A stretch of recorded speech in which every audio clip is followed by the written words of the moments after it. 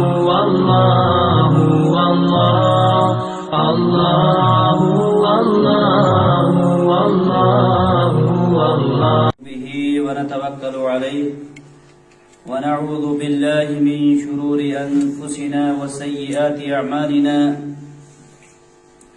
من يهده الله فلا مضل له ومن يضلله فلا هادي له وأشهد أن لا إله إلا الله وحده لا شريك له وأشهد أن محمدا عبده ورسوله يا أيها الذين آمنوا اتقوا الله حق تقاته ولا تموتن إلا وأنتم مسلمون يا أيها الناس اتقوا ربكم الذي خلقكم من نفس واحدة وخلق منها زوجها وبث منهما رجالا كثيرا ونساء واتقوا الله الذي تساءلون به والأرحام إن الله كان عليكم رقيبا يا أيها الذين آمنوا اتقوا الله وقولوا قولا سديدا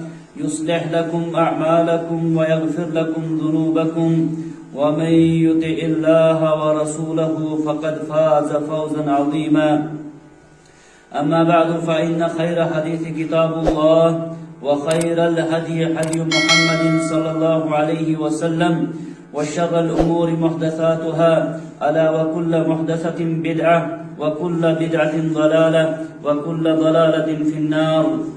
يقول الله تبارك وتعالى في محكم التنزيل بعد أعوذ بالله السميع العليم من الشيطان الرجيم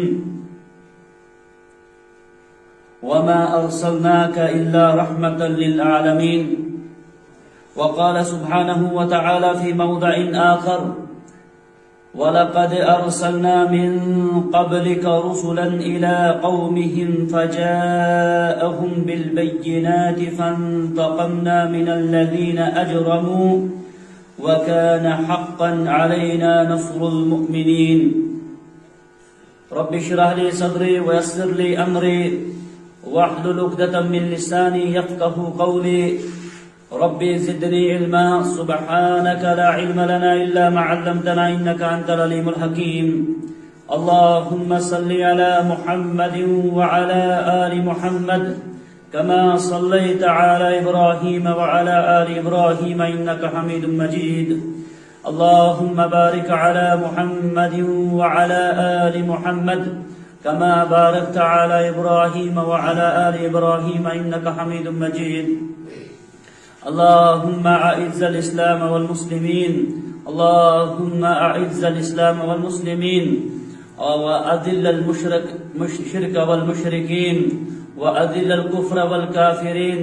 اللهم احفظنا واحفظ المسلمين في كل مكان. اللهم احفظنا واحفظ المسلمين في كل مكان. اللهم احفظ بلاد الحرمين الشريفين من كل شر ومن كل أعداء يا رب العالمين. اللهم أصلح أحوالنا وأحوال المسلمين وأصلح شبابنا وشباب المسلمين وأصلح نساءنا ونساء المسلمين. اللهم رب ارحمهما كما ربياني صغيرا. اللهم رب ارحمهما كما ربياني صغيرا. اللهم اشف مرضانا ومرضى المسلمين وارحم موتانا وموتى المسلمين. اللهم ربنا ظلمنا أنفسنا وإن لم تغفر لنا وترحمنا لنكونن من الخاسرين. آمین یا رب العالمین. تمام قسم کی تعریفات، حمد و ثنا، بڑائی اور کبریائی اس اللہ وحدہ لا شریک کے لیے جو خالق کائنات مالک ارض و سما ہے. اللہ تبارک و تعالی کی تعریفات کے ساتھ ساتھ بے شمار درود و سلام ہو آقا مدنی تاجدار مدینہ جناب محمد رسول اللہ صلی اللہ علیہ وسلم کی ذات اقدس پر کہ جن کو رب العالمین نے اہل کائنات کی طرف رہبر اور رہنما بنا کر مبعوث کیا تھا. معزز سامعین کرام، جمعہ کے ان خطبات کے اندر مسلسل سیرت الرسول کا پیغام جس کے حوالے سے ہم گفتگو کرتے ہیں اور کچھ جاننے کی کوشش کرتے ہیں، اسی موضوع کو آگے بڑھاتے ہوئے اس سے پہلے والے خطبے میں جس چیز کا ذکر ہو رہا تھا وہ رسول اللہ صلی اللہ علیہ وسلم کی نبوت والی زندگی کا 10واں سال تھا، جب آپ علیہ الصلوۃ والسلام کو پیغمبرانہ زندگی کے 10 سال مکمل ہوئے تھے۔ اس سال ایک عجیب و غریب واقعہ پیش آتا ہے جس سے آپ علیہ الصلوۃ والسلام بہت غم زدہ ہو جاتے ہیں۔ ایک واقعہ یہ ہوتا ہے کہ ابو طالب کا انتقال ہو جاتا ہے، جو اسلام کو نہ مانتے ہوئے بھی اسلام کا مددگار تھا، اسلام کا حمایتی تھا، جس سے ہمیں معلوم ہوتا ہے کہ کبھی کبھار کہیں جگہوں پر روئے زمین میں ایسے بھی واقعات ہوئے ہیں اور آئندہ بھی پیش ہوتے جائیں گے کہ غیر مسلموں نے بھی اسلام کی بھرپور حمایت کی ہے، اور ہمارے ملک کے اندر بھی اس وقت اس قسم کے بے شمار واقعات آپ کو وقتاً فوقتاً دیکھنے کو ملتے ہیں۔ اگر جہاں پر اسلام کے دشمنوں کی کمی نہیں، لیکن اسلام کے ہمدرد جو غیر قوموں میں پائے جاتے ہیں وہ بھی ہر دور میں آپ نے دیکھے ہیں۔ ابو طالب بھی ایک انہی میں سے تھا جو اسلام کو نہ مانتے ہوئے بھی اسلام کا ایک مددگار تھا، اور آپ اس چیز کا اندازہ اس بات سے لگا سکتے ہیں کہ وہ کتنا ہمدرد تھا اسلام کا، کہ جب اس کو محسوس ہوا کہ مشرکین نے پروگرام کیا ہے رسول اللہ صلی اللہ علیہ وسلم کا قتل کرنے کا، وہ اپنے بچوں میں سے کسی بچے کو رات کو نبی کریم صلی اللہ علیہ وسلم کے بستر پہ سلا لیا کرتا تھا، اور آپ علیہ الصلوۃ والسلام کو کہتا تھا کہ آپ اپنے بستر میں نہ سویا کریں، مجھے خطرہ ہے یہ آپ کو نقصان پہنچائیں گے۔ جب ان کا انتقال ہو گیا، ان کے کچھ ہی ماہ کے بعد، اور کچھ بعض مورخین کہتے ہیں 6 دنوں کے بعد انتقال کرتے ہیں خدیجۃ الکبریٰ رضی اللہ تعالیٰ عنہ۔ ان دونوں کے انتقال کے بعد آپ علیہ الصلوۃ والسلام کے جو حمایتی تھے ان کی تعداد کم ہونے کی وجہ سے آپ علیہ الصلوۃ والسلام تھوڑے سے کمزور ہونے لگے، بہت غمزدہ ہونے لگے۔ بعض مورخین کہتے ہیں کہ اسی کے بعد یہ واقعہ پیش آتا ہے کہ اللہ رب العالمین نے آپ کو 7 آسمانوں کی سیر کرائی، معراج کا واقعہ پیش آیا، اور بعض مورخین کا ماننا نہیں، معراج کا جو واقعہ تھا وہ ہجرت سے 16 مہینے پہلے، یعنی 1 سال 4 مہینے پہلے ہجرت سے یہ واقعہ پیش آیا۔ تو بہرحال تاریخ آگے پیچھے ہو سکتی ہے۔ آپ علیہ الصلوۃ والسلام کی اس دعوت پر لبیک جن لوگوں نے کہا تھا، جنہوں نے توحید کو مانا تھا، ان پر وہاں کے لوگوں نے طرح طرح کی جو آزمائشیں ڈالی تھی، ان آزمائشوں میں ان کا ثابت قدم رہنے کے اسباب کیا تھے، آج کے اس جمعہ کے اندر انہی باتوں کے حوالے سے گفتگو ہوگی۔ آخر ایک انسان کیوں کر اپنے سامنے موت کو دیکھ کر اللہ اکبر کا نعرہ کیسے لگا سکتا ہے؟ کیسے ممکن ہے کہ بلال کے چاروں طرف مشرکین تھے جو اس کو بولتے تھے آپ ہمارے بتوں کا نعرہ لگاؤ، جیسا بدقسمتی سے اس وقت ہمارے ملک کے اندر بھی ہو رہا ہے، زبردستی شرکیہ کلمات کہنے پر مجبور کیا جاتا ہے۔ یہی حالت مکہ کے اندر تھی، لیکن اس سے بھی زیادہ سخت حالات تھے۔ ان کو مارا جاتا تھا، پیٹا جاتا تھا، گالیاں دی جاتی تھی، جرم صرف ایک تھا کہ وہ لا الہ الا اللہ پڑھتے تھے، بس باقی کوئی جنگ نہیں تھی۔ اب ان پر جو اتنی مشکلات تھی، اتنی تنگ زندگی، اور آپ نے وہ واقعہ بھی سنا تھا گزشتہ جمعات کے اندر کہ 3 سال تک بائیکاٹ کر دیا تھا مکہ والوں نے ان کے ساتھ، کوئی کھانا پینا ان کو مت دو، بچے بھوک سے بلک رہے تھے، عورتوں کے جن کے چھوٹے بچے تھے دودھ پلاتی تھی ان کی دودھ ختم ہو گیا تھا، مائیں چڑچڑاتی تھی لیکن وہاں کوئی سننے والا نہیں تھا۔ یہ ظلم، یہ تشدد تاریخ میں کہیں ایسا آج تک نہیں ملا ہے جو کفار نے مسلمانوں کے ساتھ کیا تھا۔ اور یہ وہ واقعہ ہے جس واقعے سے جب تک زمین قائم ہے ان مشرکوں اور ان کافروں کو سبق دیتی رہے گی یہ واقعہ کہ ظالموں، ایک مشرک سے بڑا کوئی ظالم دنیا میں ہو ہی نہیں سکتا ہے۔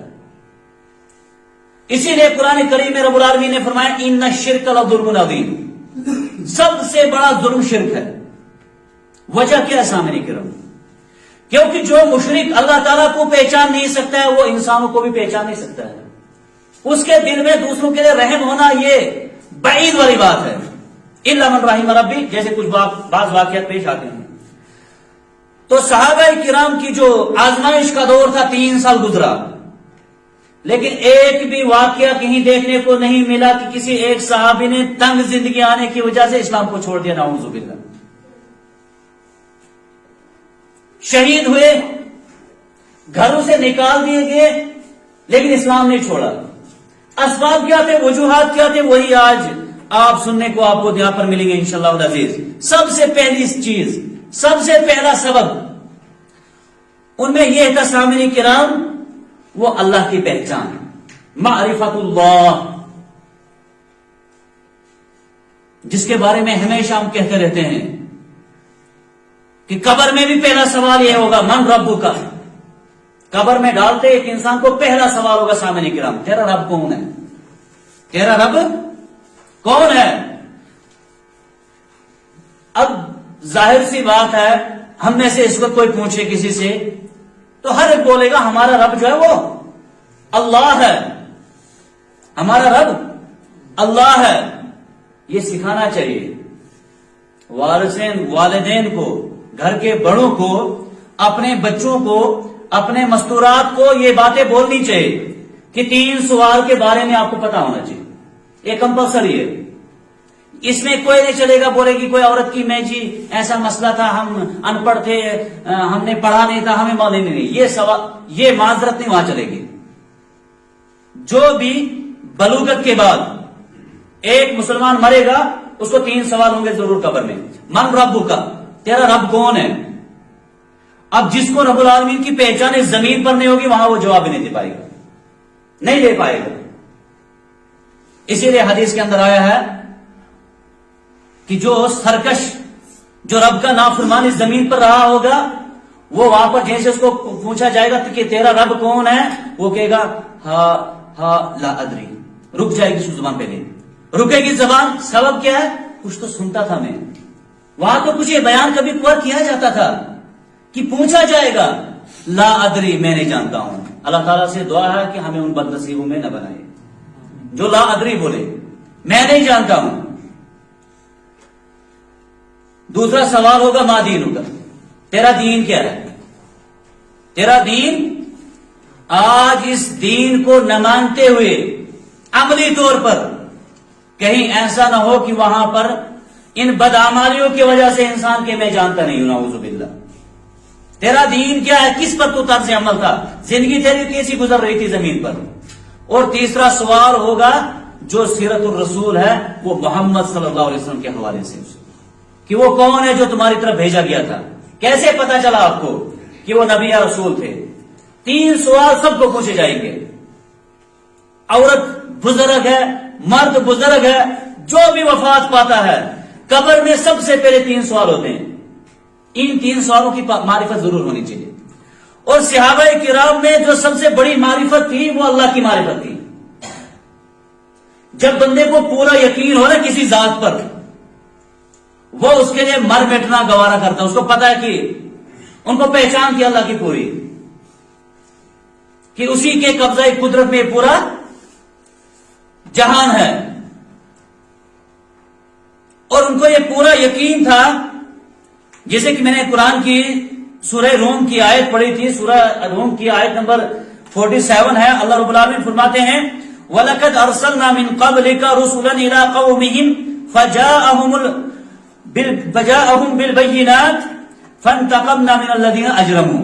اللہ نے فرمایا ہم نے اے محمد کریم صلی اللہ علیہ وسلم تیرے سے پہلے بھی رسول بھیجے ہیں، تیرے سے پہلے بھی رسول بھیجے ہیں، اور محمد کریم صلی اللہ علیہ وسلم آخری پیغمبر ہے، آخری پیغمبر ہے، ان کے بعد کوئی رسول نہیں آئے گا۔ اب اس دین کو آگے لے جانے کا کام سامعین کرام میں نے اور آپ نے کرنا ہے۔ ہماری نسلوں نے کرنا ہے، ہم نے یہ کام آگے بڑھانا ہے، ہم نے اس توحید کے پرچم کو مضبوط کرنے کے لیے کام کرنا ہے، اپنی زندگی بھی گزارنی ہے، گھریلو کام بھی کرنے ہیں، لیکن دین کے بارے میں بھی فکر مند نظر آنا ہے۔ کہا اللہ رب العالمین نے محمد صلی اللہ علیہ وسلم نے آپ سے پہلے بھی رسول بھیجے لوگوں کی طرف واضح نشانیاں لے کر، واضح نشانیاں لے کر، فانتقمنا من الذین اجرموا، اور ہم نے مجرموں کو انتقام بھی لیا، بدلہ بھی لیا۔ ابھی جو روئے زمین پر کلمے کے نام پر، اسلام کے نام پر جو ظلم اور بربریت کر رہے ہیں، ان کے نام یہ آیت کریمہ پیغام دیتی ہے، ظالمو، اگر وقتی طور پر رب العالمین نے تمہیں اقتدار دے دیا ہے، لیکن اللہ کی پکڑ سے آپ دور نہیں ہو۔ ان بطش ربک لشدید، جس دن رب کی پکڑ ہوگی نا، اس دن آپ کو کوئی بچا نہیں پائے گا، کوئی بچا نہیں پائے گا۔ لیکن اس کے ساتھ ساتھ مسلمانوں اور مومنوں کے لیے ضروری ہے کہ وہ بھی دین پر کارے بند رہے، استقامت رکھے، استقامت رکھے، وہ بھی ان کی طرف مائل نہ ہو، اللہ کی پہچان برقرار رکھے۔ وہ کہیں پر، اب دیکھیے سامعین کرام، گزشتہ دنوں کے اندر جو واقعہ پیش آیا اس لڑکی کے حوالے سے سب مبارکباد دیتے ہیں، پردہ مبارک، یہ حجاب ہمارا، اچھی بات ہے، بہت بہترین بات ہے۔ یہ واقعہ سبق دے رہا ہے امت مسلمہ کو کہ جو عزت تمہیں اسلام میں ہے وہ کسی دوسرے دین میں نہیں ملے گی۔ اگرچہ آپ کے آس پاس ظلمات کے بادل ہیں، ظالم کھڑے ہیں، اگر رب العالمین نے آپ کو ہدایت سے نوازا ہے، اللہ کا نام لے کر آپ زندگی سکون کی گزار سکتے ہیں۔ اس لڑکی سے کسی نے پوچھا، آپ اس بھیڑ کو دیکھ کر ڈرے تو نہیں؟ کہاں ڈری ضرور، لیکن جب میں نے اللہ اکبر کہا مجھے ہمت آ گئی۔ اللہ اکبر کہا، دیکھیں سامعین کرام، ایمانی واقعہ، ایمان کو تازہ کر دینا واقعہ، اور ایسے واقعات بے شمار پیش آتے ہیں، بے شمار پیش آتے ہیں۔ چند ہی سال پہلے اسی ہندوستان کے ایک عالم دین کی وفات ہوتی ہے 2 سال پہلے، جس کے بارے میں میں پہلے بھی یہاں پر کہہ چکا ہوں، ضیاء الرحمن آدمی۔ اس نے جب 18-19 سال کی عمر میں اسلام قبول کیا، اس پر بھی تشدد ہوا، اس پر بھی ظلم ہوا، نہ وہ کلمے سے پیچھے ہٹا، نہ نماز سے پیچھے ہٹا۔ تو پھر اللہ رب العالمین کا وعدہ ہے نا، وَكَانَ حَقًّا عَلَيْنَا نَصْرُ الْمُؤْمِنِينَ، ہمارا وعدہ ہے، اللہ فرماتے ہیں مجھ پر حق ہے، میرے اوپر واجب ہے کہ میں مومنوں کی مدد کروں گا۔ لیکن کس کی؟ مومنوں کی۔ مومن کس کو بولتے ہیں؟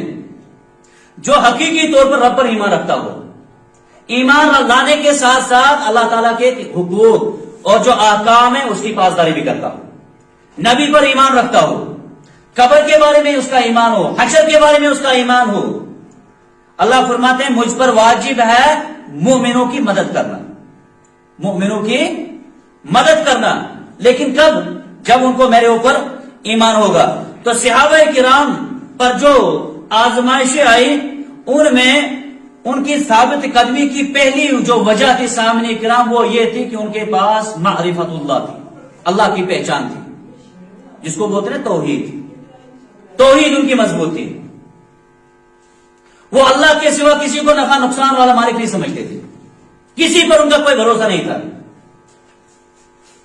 اور ان کا یہ یقین راسخ ہو چکا تھا، جو حدیث نبی کریم صلی اللہ علیہ وسلم سے فرمائی تھی کہ اگر پوری دنیا جمع ہو جائے تمہیں کوئی نقصان پہنچانا، اگر اللہ نے آپ کی قسمت میں نقصان نہیں رکھا ہوگا دنیا نقصان نہیں پہنچا سکے گی۔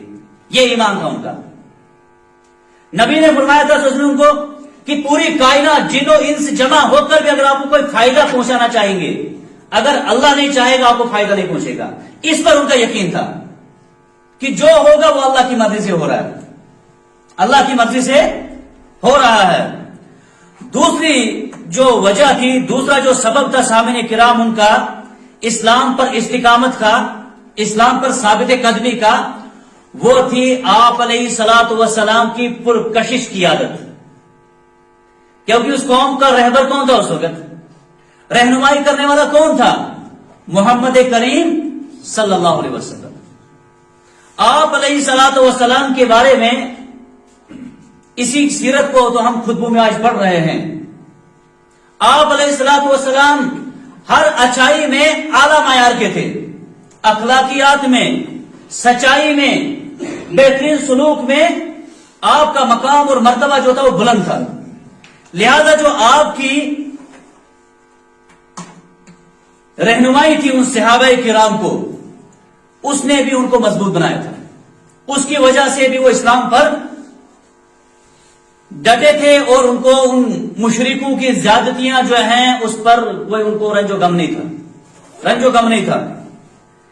اسی کے ساتھ ساتھ تیسرا جو سبب تھا ان کو اسلام پر کارے بند رہنے کا، وہ یہ تھا جس کی آج بہت زیادہ کمزوری ہے، بہت زیادہ کمزوری پائی جا رہی ہے.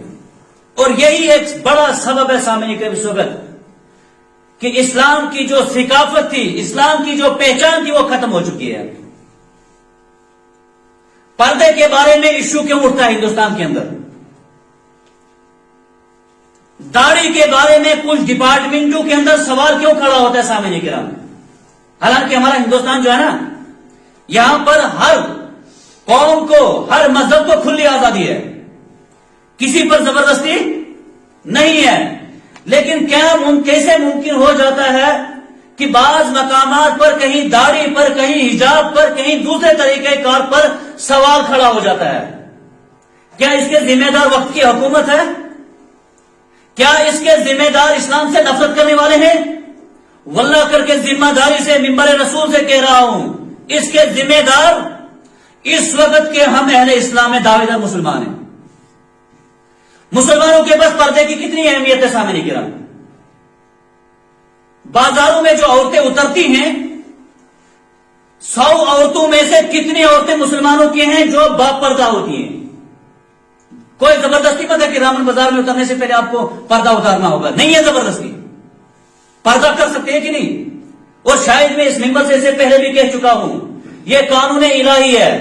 جہاں پر آپ کو اسلام پر عمل کرنے کی آزادی ہے، اگر آپ نے عمل نہیں کیا، اللہ تعالیٰ اسے قانون نافذ کر سکتا ہے. تم اسلام پر چلنا چاہو گے لیکن اجازت نہیں ہوگی. اور واقعات ہو رہے ہیں ہندوستان میں، ہو رہے ہیں. لیکن کچھ ایسی ہمارے اندر، یہی میں کہہ رہا ہوں، یہی نقطہ میں بیان کر رہا ہوں، احساس ختم ہو چکا ہے. احساس نہیں ہے. ہاں جی، اس کالج میں لڑکیوں کو تنگ کیا گیا، عین ممکن ہے آپ کے کالجوں میں بھی پابندی لگ سکتی ہے پردے پر، کیونکہ اس وقت ہماری بچیاں 80-90% بچیاں بے پردگی میں جاتی ہیں. ظاہر سی بات ہے، غیر بھی سمجھتے ہیں شاید پردے کا خاص اگر مقام ہوتا تو یہ اتنے مسلمان بے پردگی میں نہیں نکلتے. ناممکن ہے. اس وقت سامنے اکرام اور ایک چھوٹی سی مثال میں دوں گا، شاید اس سے میرا موضوع اور واضح آپ سمجھ جائیں گے. ہم جب موٹر سائیکل وغیرہ چلاتے ہیں، سر پر ٹوپی لگانا ضروری ہے، وہ ہیلمٹ لگانا ضروری ہے. ایک کمیونٹی ہندوستان کے اندر ایسا ہے، ایک مذہب ایسا ہے سکھ، وہ ہیلمٹ کے بغیر چلتے ہیں، ان کو کوئی پکڑتا بھی نہیں ہے. کیوں؟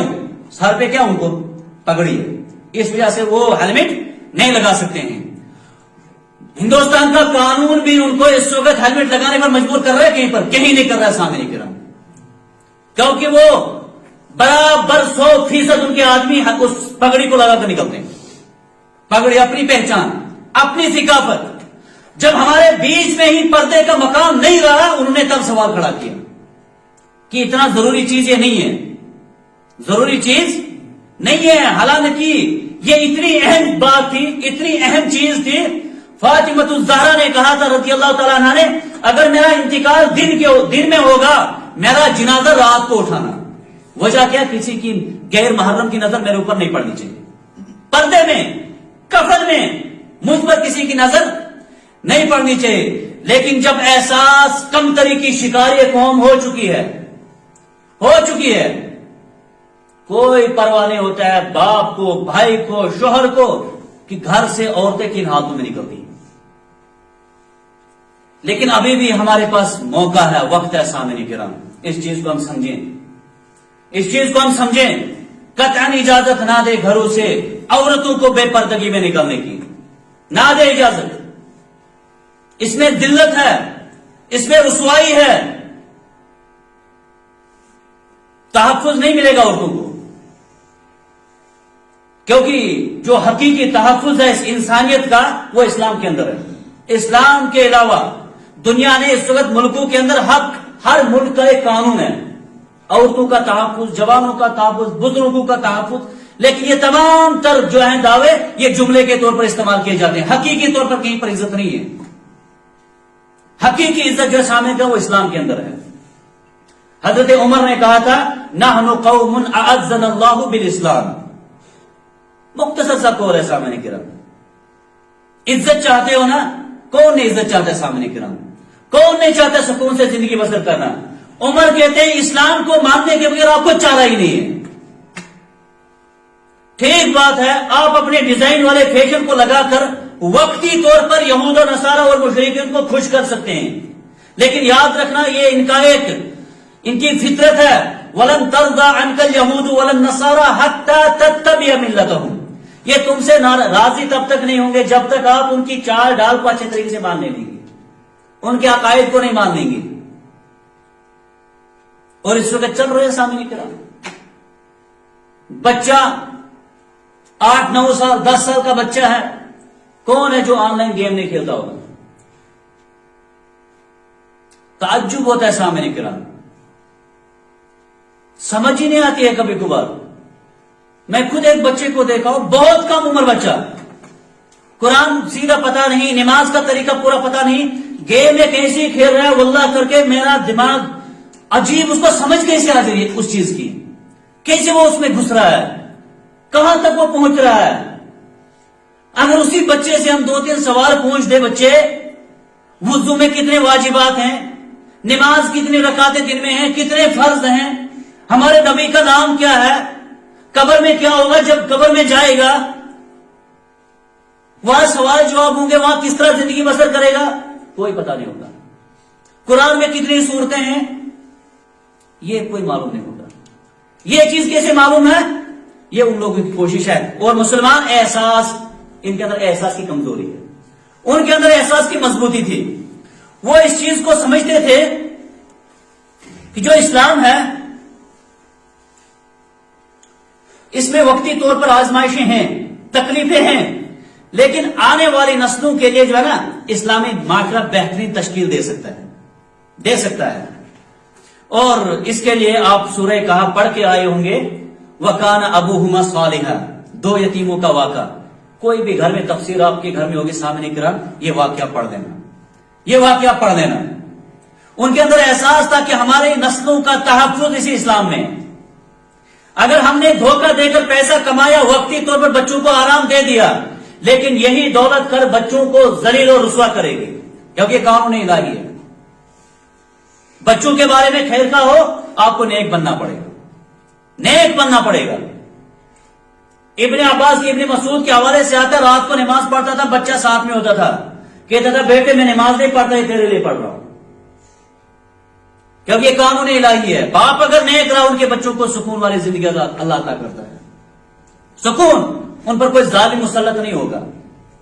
نافرمان بن کے رہے گا جو معاشرہ، جو والدین وہ اپنے بچوں کے بارے میں بھیانک مستقبل کی تیاری کر کے رکھیں. کوئی بھی ظالم حکومت پر مسلط ہو سکتی ہے. وَكَانَ أَبُوهُمَا صَالِحًا، اللہ کا وعدہ ہے کہ جن کے والدین فرما بردار ہوں گے رب کے، ان کی نسلوں کو، یہاں تک کہ بعض مفسرین کہتے ہیں 7 نسلوں تک اللہ تعالیٰ ان کی حفاظت کرتا ہے، کوئی شر ان کو پہنچتا ہی نہیں. 7 نسلیں سامنے کرام. غالباً یہ ابن کثیر رحمہ اللہ وغیرہ نے اس کو بیان کیا، 7 نسلوں تک ان کو کوئی ظالم مسلط ان پر نہیں ہوتا ہے. صرف والدین کو نیک بننا ہے، احساس پیدا کرنا ہے کہ ہماری ان غلطیوں کی وجہ سے. مثال کے طور پر سامنے کا کوئی رشوت لیتا ہے، چھوٹی سی مثال، رشوت لیتا ہے، اس کی غرض کیا ہے؟ اپنا اہل و عیال اس کا آرام کرے، اچھا سا مکان لے سکے، اچھا کھانا پینا یہ وغیرہ، کسی بھی طریقے سے غلط طریقے سے کوئی پیسہ کماتا ہے، دکان ہے، بزنس ہے، دھوکہ دے کر پیسہ کماتا ہے. وہ سمجھتا ہے وقتی طور پر میں کیا کروں گا، آسائش کر رہا ہوں، لیکن اس کو یہ سمجھنا چاہیے کہ میں اپنے بچوں کے ساتھ دھوکہ کر رہا ہوں، اپنی آنے والی نسل کے ساتھ دھوکہ کر رہا ہوں. کل وہ مشکلات سے دوچار ہو سکتے ہیں. اور اسی لیے جو اس وقت ہم کہتے ہیں جو مہنگائی کا عذاب ہے، بے روزگاری کا عذاب ہے، اس کے سبب بھی لوگ ہوتے ہیں، کیونکہ بازار میں جب دھوکہ عام ہوگا وہاں پر مہنگائی ہونا ضروری بات ہے، ضروری بات ہے۔ تو صحابہ کرام نے کیا تھا سامعین کرام؟ وہ احساس تھا کہ ہم نے اگر غلط کیا اس کا انجام ہماری نسلوں کو بھگتنا پڑے گا۔ وقتی طور پر مشکلات اٹھائی، وقتی طور پر مصیبتیں اٹھائی، لیکن جو ان کا مستقبل تھا وہ مدینہ آپ کے سامنے آج بھی مثال ہے۔ مدینہ کے اندر اس وقت کیا امن و سکون ہے، مکہ کے اندر اس وقت کیا امن و سکون ہے، ان کی نسلیں کس طرح خوشی کی زندگی بسر کرتی ہیں۔ وجہ کیا سامنے کرام؟ والدین نیک تھے، والدین نیک تھے۔ اس کے بعد اگلا جو سبب تھا سامنے کرام، آخرت پر ایمان، یہ بھی سبب ایک تھا ان کا اسلام پر استقامت کا، ڈٹے رہنے کا، نہیں چھوڑا اسلام کو۔ روح جسم سے الگ ہوگی لیکن زبان سے کلمہ شرک ادا نہیں کیا۔ آخرت پر ایمان ضروری چیز ہے۔ اور اسی طریقے سے پانچواں سبب جو تھا ان کا اسلام پر استقامت کا سامعین کرام، وہ یہ تھا کہ اس وقت کچھ ایسی صورتیں اور کچھ ایسی آیات نازل ہوئی جس میں پچھلی نسلوں کا واقعات تھے، پچھلی قوموں کے واقعات تھے کہ ان کے ساتھ بھی سختیاں ہوئی، ان کے ساتھ بھی ظلم ہوا، لیکن آخر میں ان کی پکڑ ہوگی۔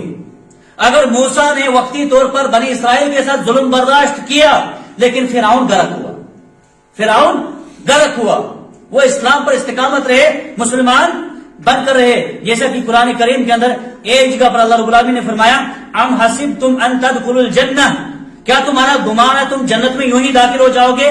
ولما یأتکم مثل الذین خلوا من قبلکم، اور تم کو وہ چیز نہ آئے جو تم سے پہلے لوگوں کو پہنچی تھی، البأساء والضراء، کبھی ان کو جسمانی آزمائشیں پڑی، کوئی بیماری آ گئی، کبھی ان کو مالی طور پر آزمائش آئی۔ صحابہ کو تو 3 سال تک بھوکا رہنا پڑا سامنے کرام، بہت کم خوراک ان کو پہنچتی تھی مکہ میں۔ یہ آیات نازل ہوئی یہاں تک کہ کہتے ہیں حتی یقول الرسول والذین آمنوا معہ متی نصر اللہ، کبھی ایسے بھی حالات تنگ ہو جاتے تھے پچھلی قوموں کے اندر کہ رسول بھی کیا اٹھتا تھا کہ اللہ کی مدد اب کب آئے گی، اللہ کی مدد کب آئے گی؟ اللہ فرماتے تھے الا ان نصر اللہ قریب، بے شک اللہ تعالیٰ کی مدد قریب ہے۔ تو بہرحال اس قسم کی آیات نازل ہوئی جس سے ان کے اندر ایمان کی قوت مضبوط ہو جاتی تھی، وہ ان آزمائشوں پر ڈٹے رہتے تھے، کوئی پرواہ نہیں ہے۔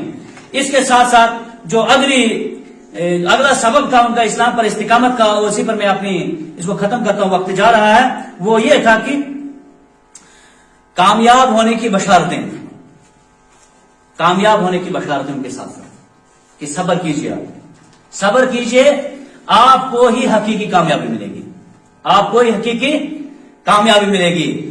اور ماشاءاللہ اس مسکان نامی لڑکی نے بھی بتا دیا مسلمانوں کو، ہماری بہنوں کو، ہمارے نوجوانوں کو، اسلام میں ہی حقیقی عزت ہے سامنے کرام۔ اگر اس وقت کسی نے اس کی تعریف کی، اگر کوئی اس کے دفاع میں کھڑا ہوا، اور غیر مسلم بھی بہت کھڑے ہوئے، کہا مبارک ہے اس بچی کے لیے، مبارک ہے ان کے والدین کے لیے، اتنے بڑے جھوٹ کے سامنے بھی اس نے اللہ اکبر کہا، اللہ اکبر کہا۔ اللہ رب العالمین ایسی بچیوں کو اور وہاں اس واقعے کو دیکھ کر سامنے کرام ایک بڑی ہمت ملتی ہے ہمیں، سامنے کرام دعوت دینے والوں کو، اسلام کی طرف دعوت دینے والوں کو ہمت ملتی ہے کہ آج بھی ان کالجوں کے اندر جہاں بے حیائی ہے وہاں بھی مومنانہ صفات والے بچے اور بچیاں موجود ہیں، اگرچہ کم ہیں لیکن موجود ہیں۔ واللہ کر کے میں سمجھتا ہوں اس قسم کی بچیاں اور اس قسم کے بچے، انہی لوگوں سے توقع ہے کہ آگے اسلام انہی کی وجہ سے روشن ستارے کی طرح چمکے گا، ایسے لوگوں کے اسلام مضبوط ہوگا، نہ کہ ان بے غیرت لڑکیوں کی وجہ سے جو کسی پروگرام کے موقع پر، ان بے غیرت والدین کی وجہ سے جو 26 جنوری 15 اگست میں پروگرام کے نام پر کبھی گانا گانے کے لیے بچوں کو تیار کرتے ہیں، کبھی ڈانس کے لیے تیار کرتے ہیں، ان کو ایک تماچا دیا اس بچی نے کہ جو عزت پردے میں ہے وہ اس بے غیرتی میں نہیں ہے، اس کو بے عزتی میں نہیں ہے۔ اسلام نے جو آپ کو عزت دی ہے اس کو آپ برقرار رکھیے، زمین والے آسمان والے سے پہلے تمہاری مدد کے لیے تیار ہو جائیں گے۔ اور یہ واقعہ آپ کے سامنے بہترین مثال بن گیا. اللہ رب العالمین کو استقامت دے. اللہ تعالی ہمیں بھی اس اسلام کو عملی جامہ پہنانے کی توفیق عطا کرے. ہماری بہنوں کو بھی باحیا بنا دے. ہماری خواتین جو بھی ہیں حضرات، اللہ تعالیٰ سب کو اس اسلام کو سمجھنے کی توفیق عطا کرے. سامعین کرام، ہمیں ایک ساتھی نے دعا کی درخواست کی ہے. ان کی والدہ بیمار ہے، سب عالم دین ہے، وہ ہمارے بوگل کے کہتے تھے دعا کرنا. اللہ تعالیٰ ان کی والدہ کو شفائے کاملہ شفائے عاجلہ عطا کرے. پروردگار، اور بھی ساتھیوں نے دعا کی درخواست کے لیے کہا تھا. الہ العالمین سب کی جائز حاجات کو پورا فرما. الہ العالمین جو بیمار ہیں ان کو شفائے کامل شفائے عاجلہ عطا فرما. الہ العالمین جو پریشان حال ہیں ان کی پریشانیاں دور فرما.